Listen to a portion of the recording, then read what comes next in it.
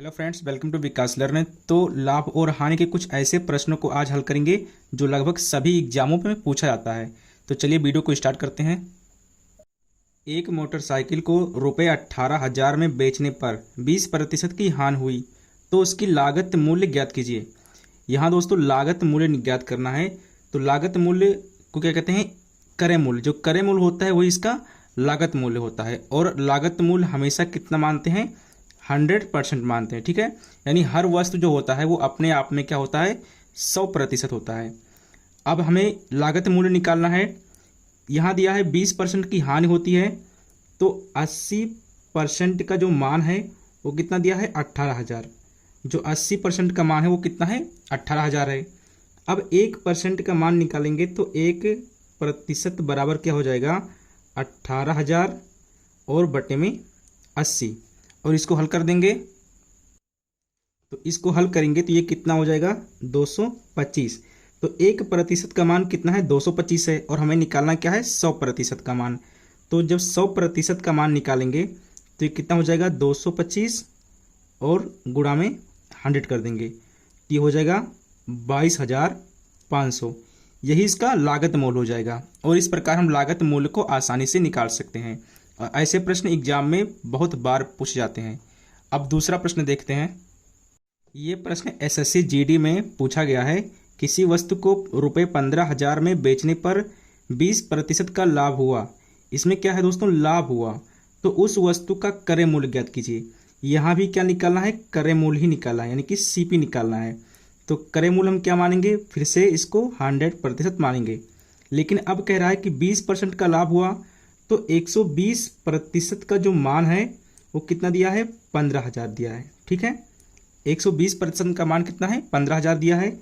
अब यहाँ से 1% का मान निकालेंगे तो ये हो जाएगा 15,000 और बटे में 120। इसको हल कर देंगे तो हल करने पे कितना हो जाएगा? ये हो जाएगा 125। ठीक है, तो 1% का मान कितना हो गया दोस्तों? 125 रुपये। और हमें निकालना क्या है? 100% का निकालना है। तो 100% का मान निकालेंगे तो हो जाएगा कितना? हो जाएगा 125 और गुणा में 100। तो ये हो जाएगा 12,500।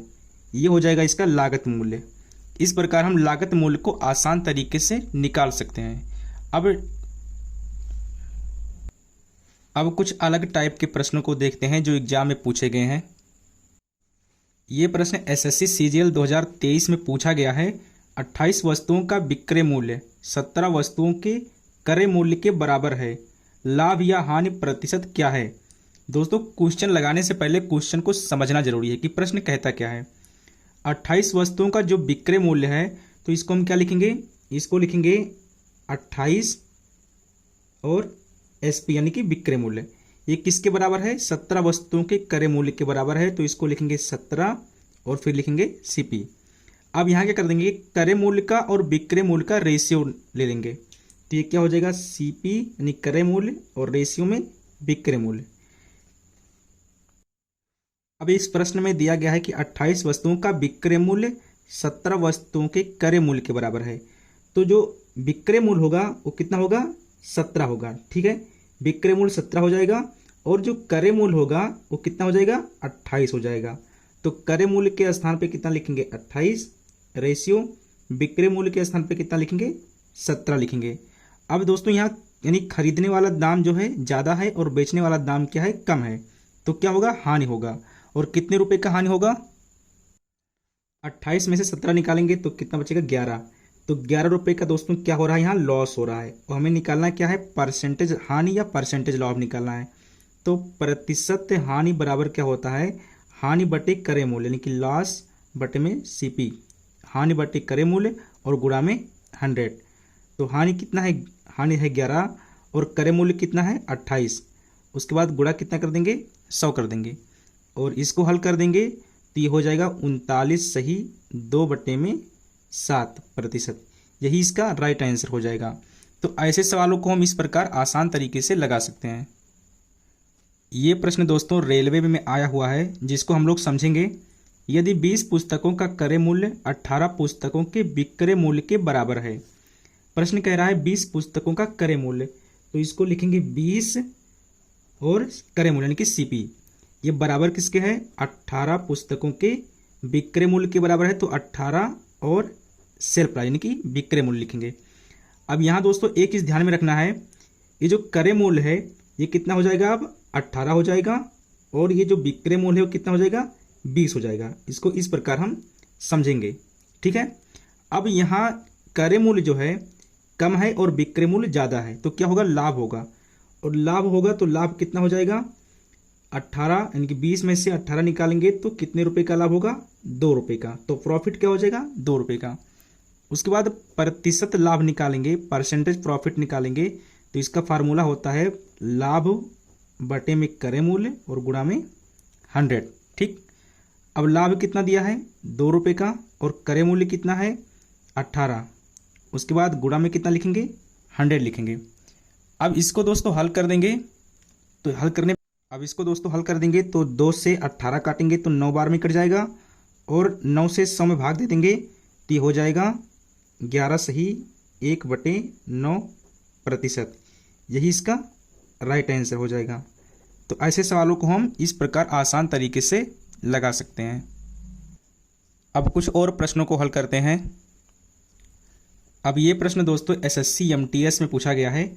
एक किताब को रुपये 120 में बेचने पर 20% की हानि होती है, ठीक है। 30% लाभ पाने के लिए किताब को कितने रुपए में बेचें। अब ये प्रश्न, अब इसको लगाने के लिए क्या करेंगे, 120 रुपये में बेचने पर 20% की हानि होती है, तो 80% का जो मान है वो कितना है 120 है, ठीक। 80% का मान कितना है 120 है, और हमें क्या निकालना है कि 30% लाभ के लिए कितने में बेचे, यानी कि 130% का मान दोस्तों हमको निकालना है। तो 130% का मान निकालेंगे तो ये क्या हो जाएगा 120 और बटे में 80 और गुणा में 130, और इसको हल कर देंगे तो ये हो जाएगा, तो इसको हल करेंगे तो ये कितना हो जाएगा 195, और यही इसका आंसर हो जाएगा। तो 30% लाभ के लिए किताब को 195 रुपये में बेचना होगा। तो ऐसे प्रश्नों को दोस्तों इस प्रकार हम आसान तरीके से लगा सकते हैं। आइए कुछ और अलग प्रश्नों को देखते हैं। अब ये दोस्तों सबसे लास्ट और सबसे इम्पोर्टेंट प्रश्न है जो लगभग सभी एग्जाम में पूछा गया है। किसी वस्तु को 20% की हानि के बदले 15% लाभ पर बेचने से 70 रुपये अधिक मिलते हैं, तो वस्तु का क्रय मूल्य होगा। यहाँ भी क्या निकालना है, क्रय मूल्य निकालना है। और क्रय मूल्य को हम क्या मानते हैं दोस्तों, हमेशा क्या मानते हैं 100% मानते हैं। अब 20% की हानि के बदले, तो अगर 20% का हानि होगा तो क्या हो जाएगा 80 हो जाएगा, ठीक है 80% हो जाएगा। और 15% लाभ पर बेचता है यानी कि 115% हो जाएगा, 115% हो जाएगा। अब इन दोनों का अंतर कितना है, तो अंतर कितना है 35%, ठीक, अंतर है 35%। और 35% जो है कितने रुपए के बराबर है, ये है 70 रुपये के बराबर है। तो 1% अगर हम निकालेंगे तो 1% जो है ये कितने रुपए के बराबर होगा दोस्तों, 2 रुपये के। 1% हमारा 2 रुपये के बराबर होगा। और हमें निकालना क्या है 100% यानी क्रय मूल्य निकालना है। तो 1% 2 रुपये के बराबर है, तो 100% जो है ये हमारा 2 गुणा में 100 यानी कि 200 रुपये के बराबर हो जाएगा। तो ऐसे प्रश्नों को इस प्रकार हम आसान तरीके से हल कर सकते हैं। तो आई होप कि आपको सारे प्रश्न अच्छे से समझ में आए होंगे। अगर वीडियो अच्छी लगी है तो वीडियो को लाइक कर दें और चैनल को सब्सक्राइब जरूर करें।